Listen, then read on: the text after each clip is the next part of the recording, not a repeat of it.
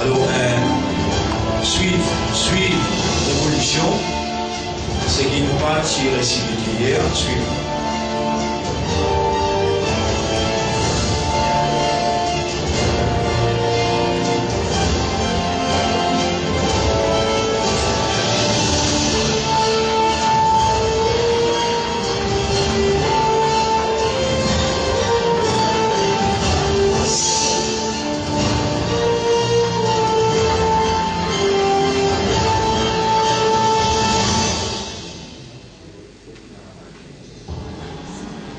De la création de l'homme. Le film que vous allez voir explique comment l'homme est créé et les multiples stades qu'il traverse pour parvenir à l'existence. Ce film parle de vous. Allez, s'il te plaît. S'il te plaît. Alhamdulillah, grandeur pour Allah, tout arrive, tout ilose pour Allah. Nous remercions Allah. Faveur immense qu'Allah peut faire pour nous. Faveur immense pour l'éducation qui est principale dans le contexte humain, qui est une créature de awareness et de consciousness. Et quand Allah peut éduquer nous, peut enseigner nous, c'est qu'Allah trouve en nous le bien et qu'Allah peut rouler le bien pour nous. Et quand Allah le dit bien pour quelqu'un, alors Allah fait les comprendre. Surtout si Allah peut donner nous une facilité technologique pour comprendre la réalité qui lie Allah, l'incommande nous, quand il dit qui insan observer, est-ce qu'ils n'ont pas fini d'observer ça qu'ils ont même fini de déposer là? Et ici, quand Allah dit mimma khuliq, khuliqa mimma indafiq. يخرج من بين الصلب والترائب.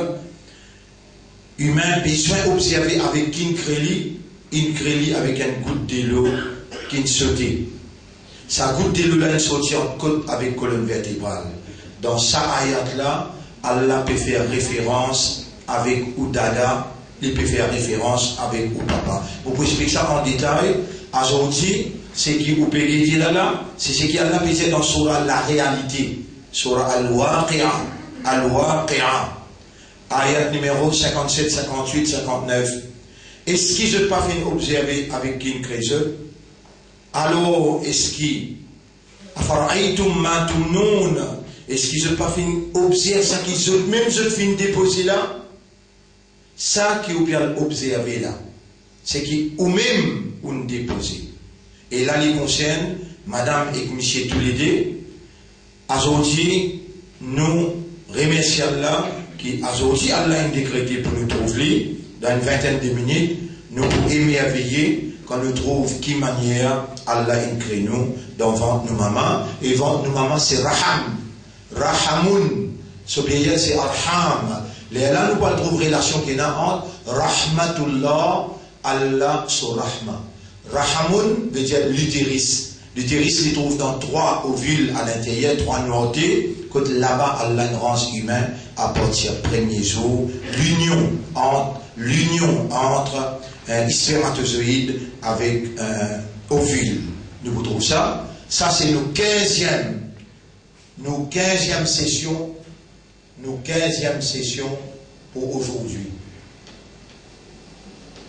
Alors, tout de suite, nous passons à projection et merveille de la vie, Conception of Life.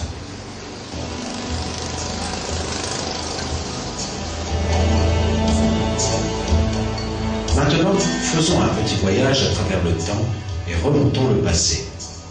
Étudions une histoire extraordinaire, pleine de miracles. Voyons ce qu'était un être humain.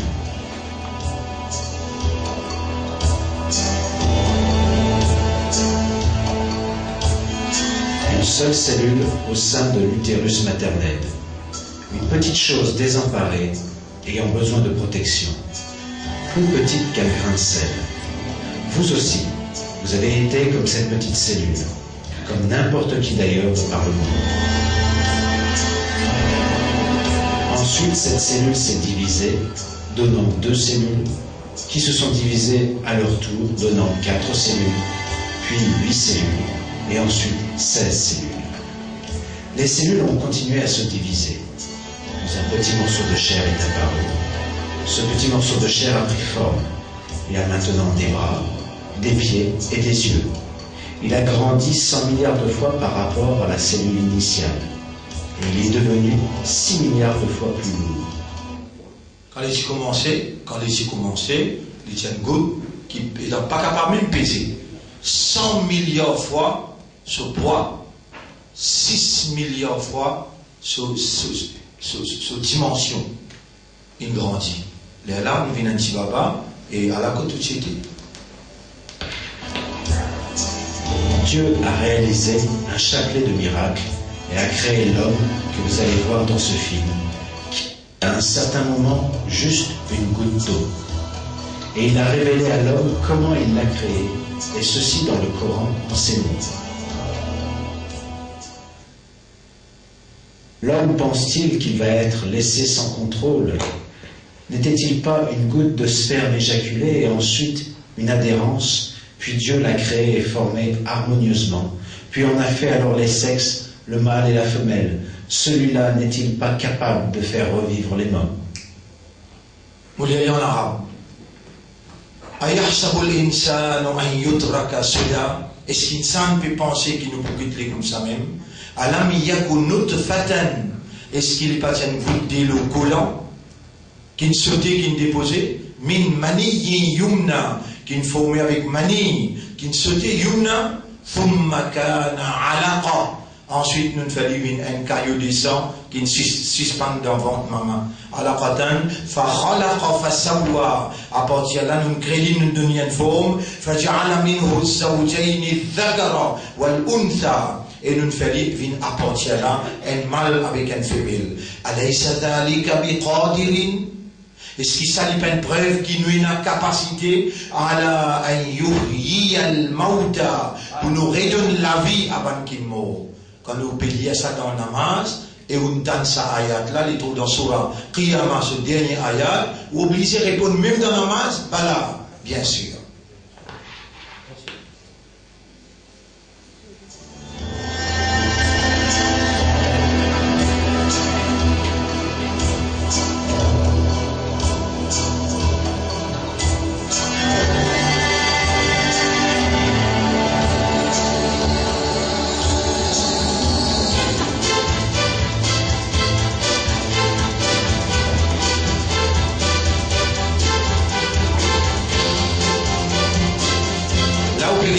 Fini né là. Les gaillards, là où il était, moi, il avait grandi. Là-bas, ici, dans des lots.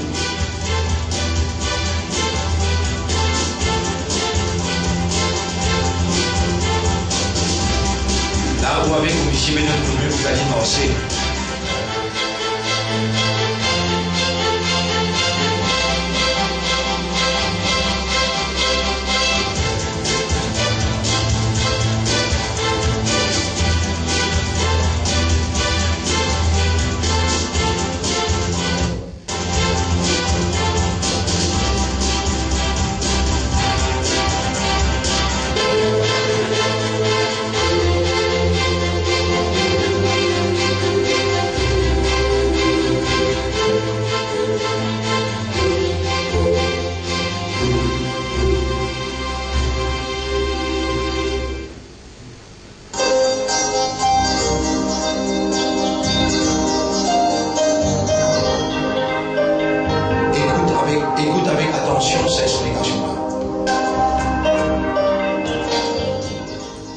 Enveloppés dans nos vies monotones, nous passons la majorité de notre temps sans prêter attention à l'un des miracles les plus importants qui se passent sous nos yeux.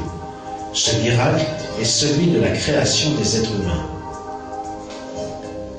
Le premier miracle de la création commence dans le corps d'une femme, dans l'organe appelé l'ovaire, avec la maturation d'une cellule unique appelée ovule.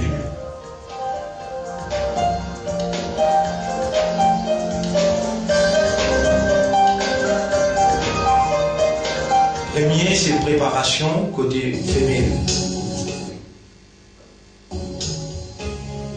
Un long voyage attend cet ovule mature. Il va d'abord rentrer dans l'organe appelé la trompe de Fallope, puis il va parcourir une longue distance pour finalement atteindre l'utérus maternel. L'utérus al-raham al-mar'a, al-raham. Un petit peu avant que l'ovule mature ne soit éjecté de l'ovaire, la trompe de Fallope se prépare pour le capturer. Avec des mouvements très légers, elle essaye de localiser l'ovule à la surface de l'ovaire.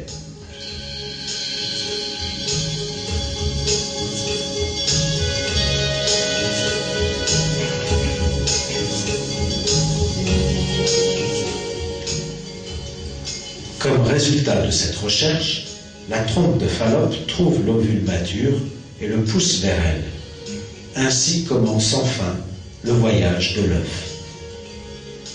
L'œuf est obligé de parcourir toute la trompe de Fallope, mais il n'a pas d'organelle pour l'aider dans cette action, pas de nageoire ni de pied par exemple.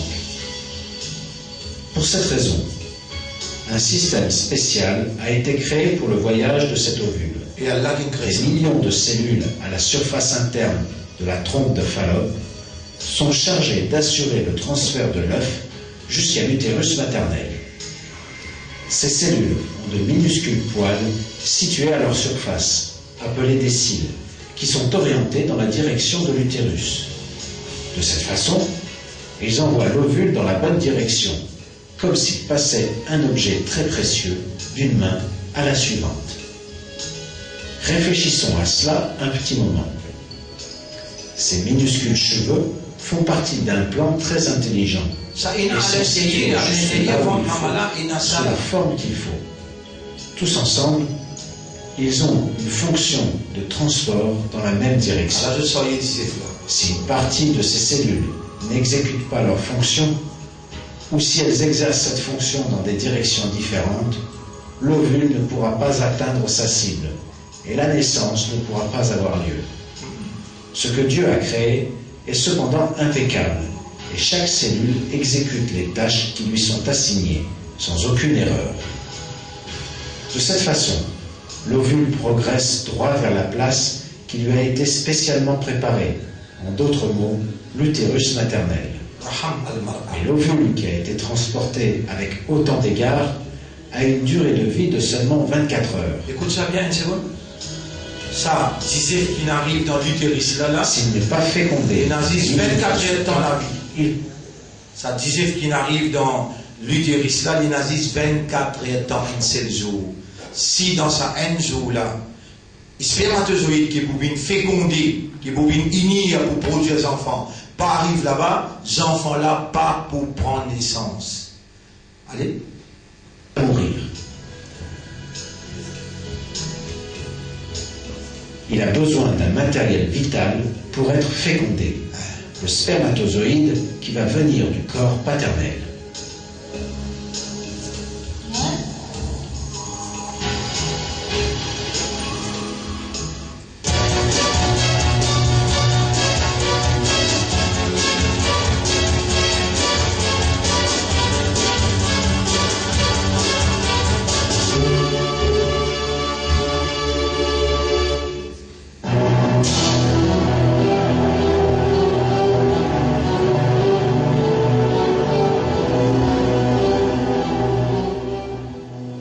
Le spermatozoïde est en fait une cellule dont la fonction est de convoyer les données génétiques du père à l'ovule dans le corps maternel.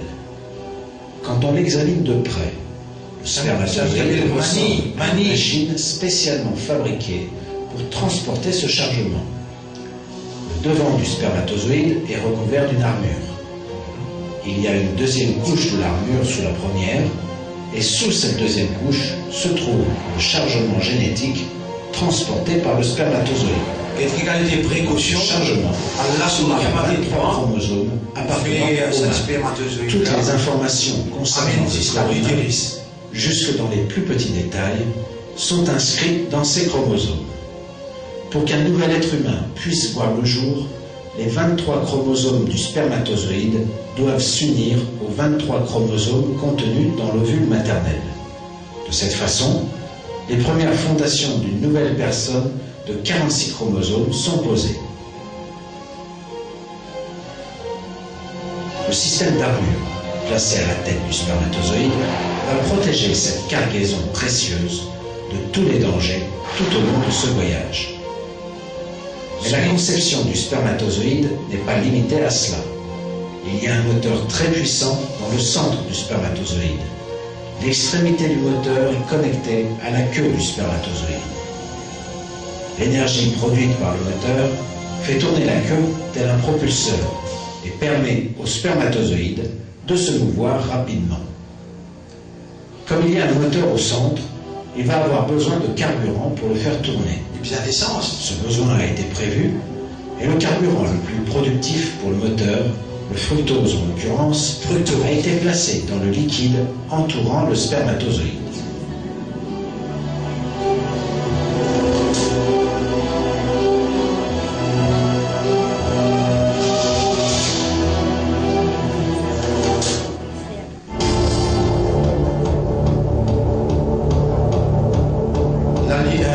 Les split, ça rien que les split, les cassés, 250 millions. Comment on peut trouver là dans fraction seconde. Et tout allemand résistant dans sa sang là, un qui vit où là.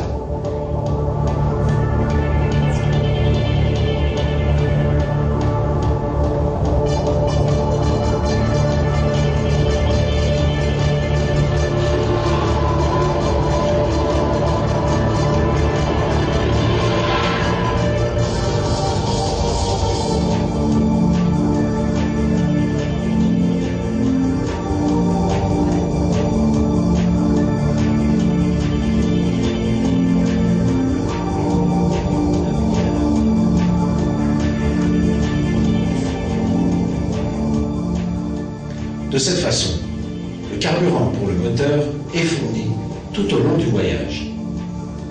Grâce à ce merveilleux, les spermatozoïdes se dirigent rapidement vers l'ovule. Quand on considère la longueur du spermatozoïde et la distance à parcourir, on découvre qu'il va aussi rapidement qu'un bateau de course. Comment arrange les spermatozoïdes maintenant? La production de ces miraculeux moteurs est faite de la manière la plus experte. À l'intérieur de chacun des testicules, les centres de production des spermatozoïdes, il y a des tubes microscopiques dont la longueur totale est de 500 mètres. La production au sein de ces tubes minuscules se fait comme dans une chaîne de production dans une usine moderne. L'armure du spermatozoïde, le moteur et la queue assemblés l'un à l'autre successivement. Ce qui en résulte est un exploit de haute technologie. Nous devons réfléchir un petit peu en face de cette réalité. Écoute, ça va une question maintenant.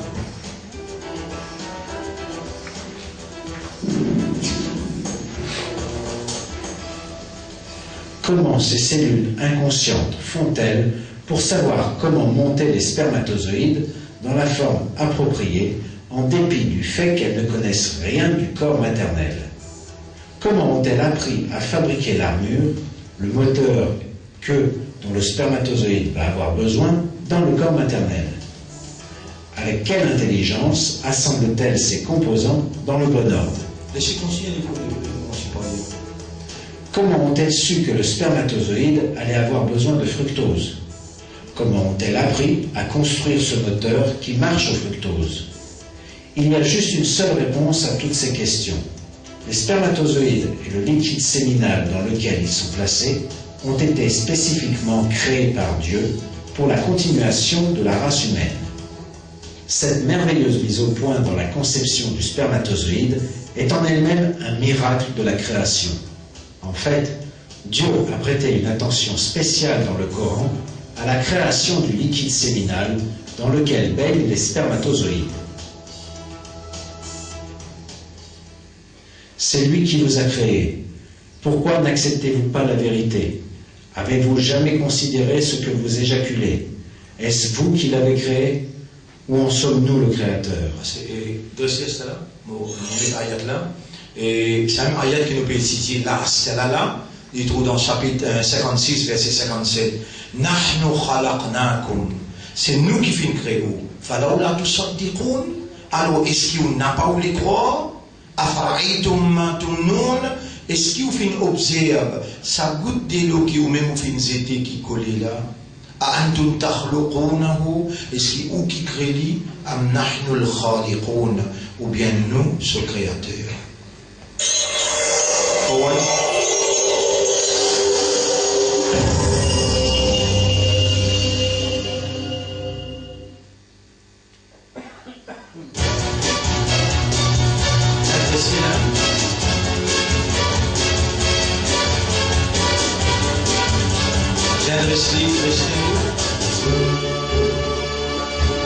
Tu n'as pas les poils comme ça même.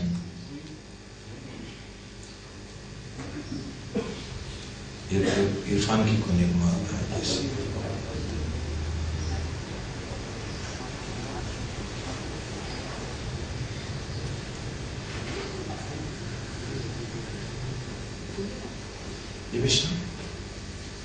La donne recommencer.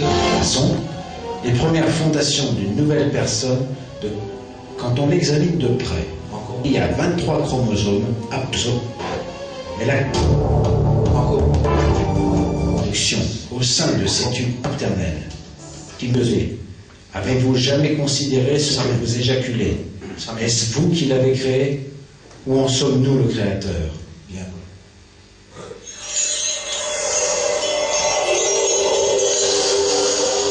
Suis maintenant la création.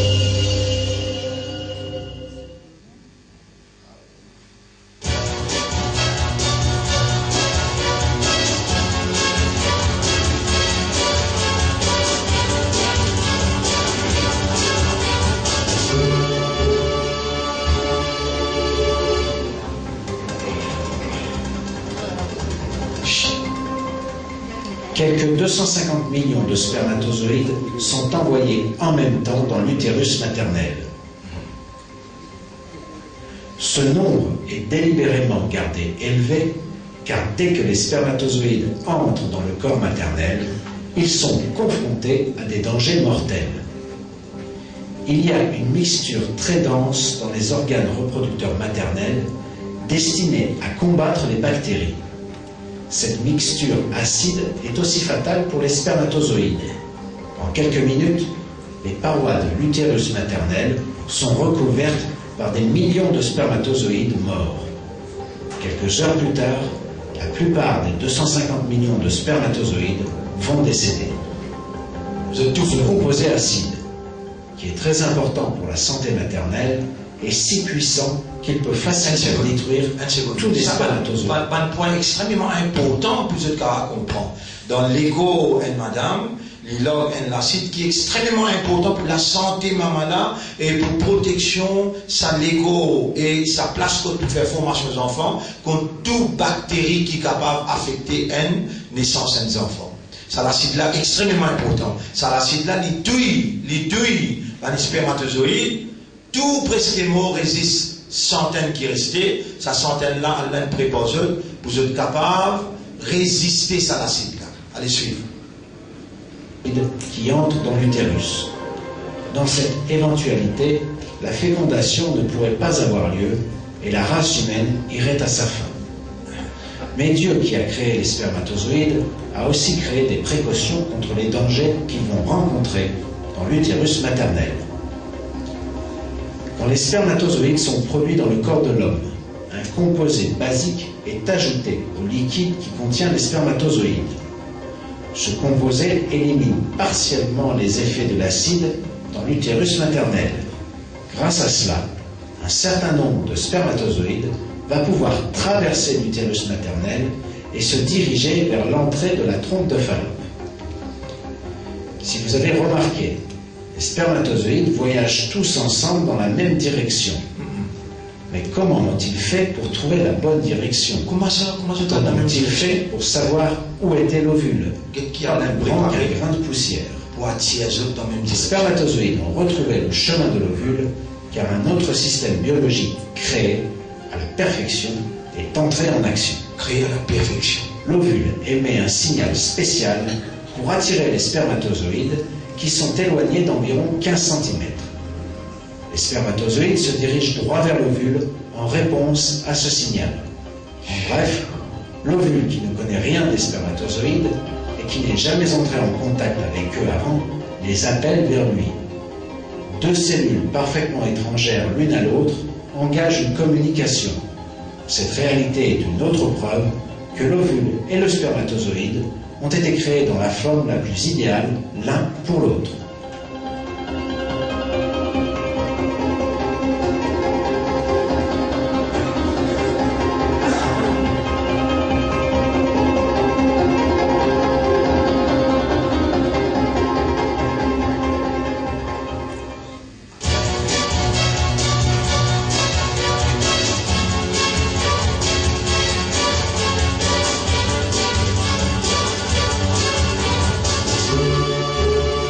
La grande union, c'est-à-dire les spermatozoïdes viennent avec l'ovule. Finalement, une centaine de spermatozoïdes arrivent à atteindre l'ovule. Suivre ça Et bien. la course n'est pas finie, car un seul spermatozoïde va être accepté à pénétrer dans l'ovule.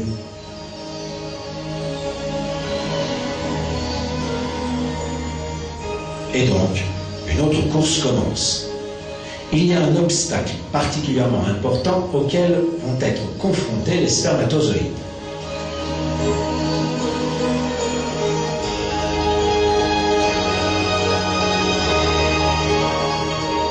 Il y a une couche protectrice très dure qui entoure l'ovule et neutralise tous les micro-organismes indésirables qui peuvent s'en approcher.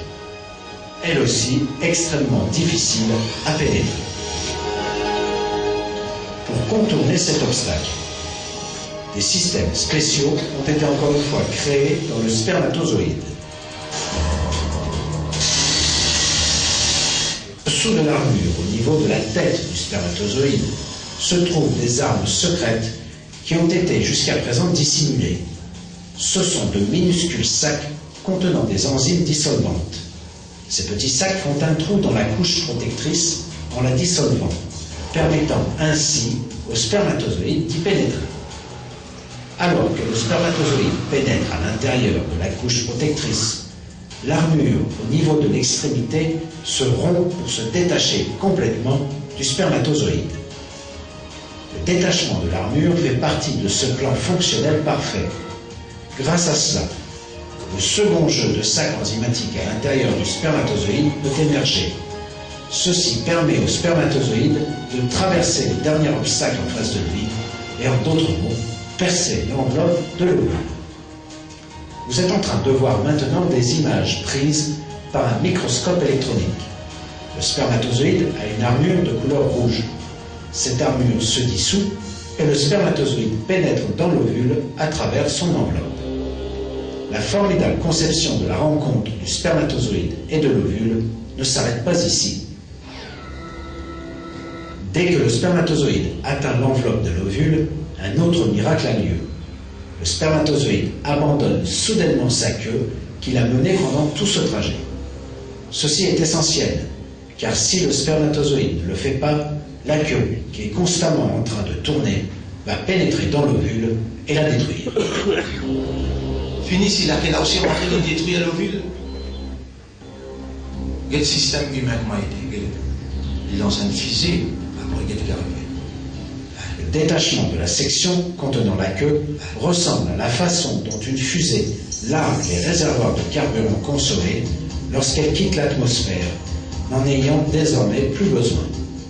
Mais comment le minuscule spermatozoïde peut-il faire un tel calcul? Pour que le spermatozoïde soit capable de faire un tel calcul, il doit savoir qu'il a terminé son voyage et qu'il n'a donc plus besoin de sa queue. Mais le spermatozoïde est une machine biologique inconsciente, qui n'a aucune intelligence et qui n'est pas capable de percevoir son environnement. Dieu, qui a créé le spermatozoïde, l'a doté d'un système qui permet à la queue de tomber juste au bon moment.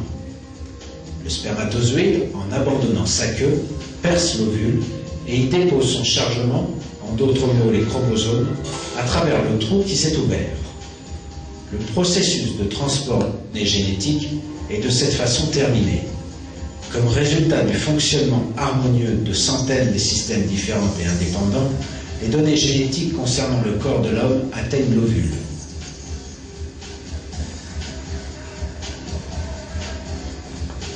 Comme nous l'avons vu, l'union du spermatozoïde et de l'ovule est seulement possible grâce à un parfait plan et une mise au point ne laissant aucune place au hasard. Même si les gens n'y font pas attention, l'intelligence et la mise au point constatée dans tous ces événements prouvent que l'être humain a été créé par Dieu.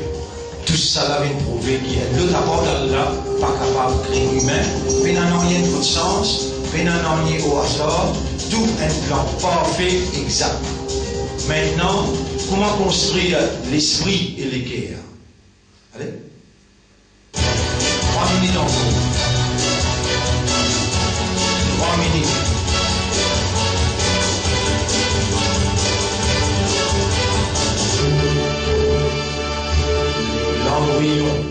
L'embryon. Al-alaq. Vous êtes en train de voir un ovule qui n'a pas encore été rejoint par le spermatozoïde. Ovule là, il est comme ça. Astéa, Dinsven. Les données génétiques du spermatozoïde et de l'ovule sont côte à côte. Mais l'un des plus grands miracles dans le monde est en train de se passer. Deux jeux d'informations génétiques sont en train de se mixer pour former un nouvel être humain. Et l'union a eu lieu. Allah peut faire retrouver. Cette première cellule est appelée un zygote. Zygote. Cela peut être difficile à croire, mais à l'intérieur de cette cellule, il y a toutes les informations concernant une personne qui n'est pas encore née. Depuis ce premier jour jusqu'à ce dernier jour. Allez là, ça c'est le premier jour, il est dans des lots. Et ce n'est pas seulement son apparence, mais aussi le squelette, les organes internes, la peau, les veines, même la forme et le nombre de cellules sanguines circulant dans ses veines et tous les autres détails de son corps sont déterminés ici. Tout.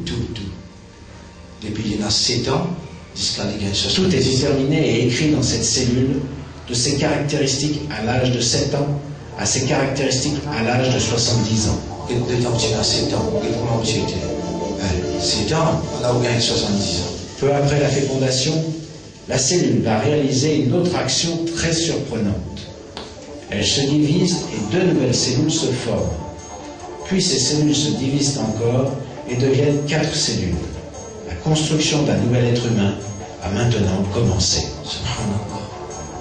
Mais pourquoi la cellule a-t-elle décidé de se diviser? Pourquoi a-t-elle la tâche de construire un nouvel être humain? Qui a donné à la cellule la connaissance pour construire une nouvelle personne? Ces questions vous amènent à l'existence de Dieu, détenteur de l'intelligence et du pouvoir infini, qui nous a créés, nous, le monde, l'être humain dans ce monde, la cellule dans cet être humain et l'univers entier autour de lui.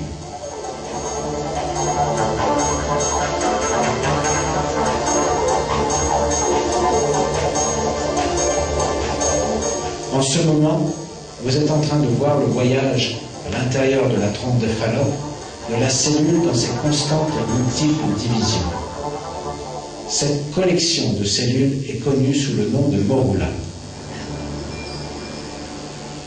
Là, les voyages, 2012, vous devez doucement là-haut parce qu'il y a le slow motion. Alors que ce groupe de cellules se divise et se multiplie, une autre chose étonnante se produit. Quelques cellules commencent à se développer différemment des autres. Les vieilles cellules se rassemblent au centre et elles sont entourées par de nouvelles cellules qui se développent en un autre genre de cellules.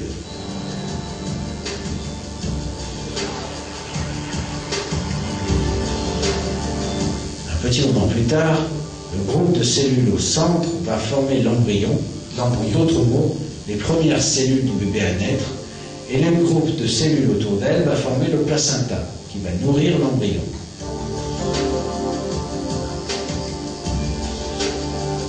Le commencement des cellules à se développer différemment l'une par rapport à l'autre, et leur décision de former l'embryon, sont acceptées par le monde de la science comme un grand miracle. Il y a un ordre secret qui fait que ces cellules font cela. À peu près 4 jours après la fécondation, les cellules en train de se diviser atteignent l'air spécialement préparé pour les recevoir. 4 jours après, je rentre dans l'utérus Raham al-Mar'a. À savoir l'utérus maternel. Pour ne pas être expulsées du corps, elles doivent s'attacher à l'utérus. Toutefois, l'embryon nouvellement formé est un groupe rond de cellules similaires. Il n'a pas de crochet spécial ou d'extension pour s'attacher n'importe où. Donc, comment fait-il pour adhérer à la paroi de l'utérus?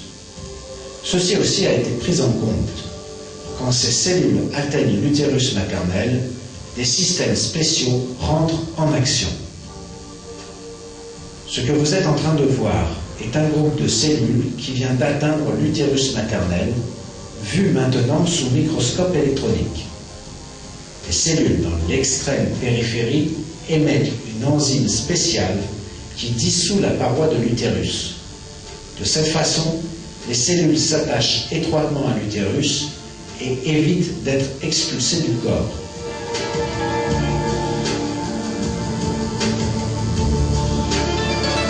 La présence de ces cellules, qui sont en même temps au bon endroit et qui sécrètent la bonne enzyme, révèle une fois encore la perfection de la création. Grâce à cette impeccable création, le groupe de cellules est incorporé dans l'utérus maternel. Cette nouvelle créature vivante, qui adhère à l'utérus et commence à se développer, est connue maintenant sous le nom d'embryon. Cette vérité découverte par la science moderne révèle un important miracle du Coran. Dans le Coran, Dieu utilise le terme de halak pour parler de la première phase dans l'utérus maternel.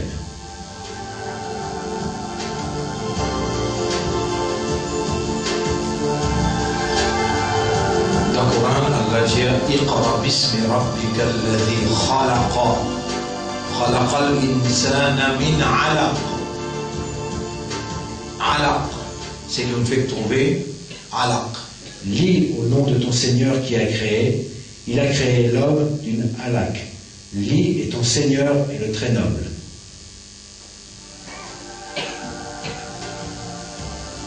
Halak en arabe veut dire une chose qui adhère quelque part. Le mot est même utilisé dans la description de certains parasites qui adhèrent à la peau et sucent le sang.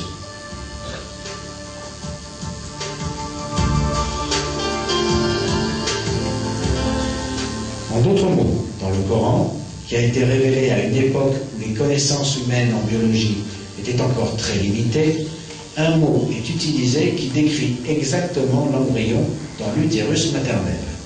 Ceci prouve encore une fois que le Coran est bien la parole de Dieu. Subhanallah, subhanallah. Ça c'est là 10 minutes. Arrêtez là.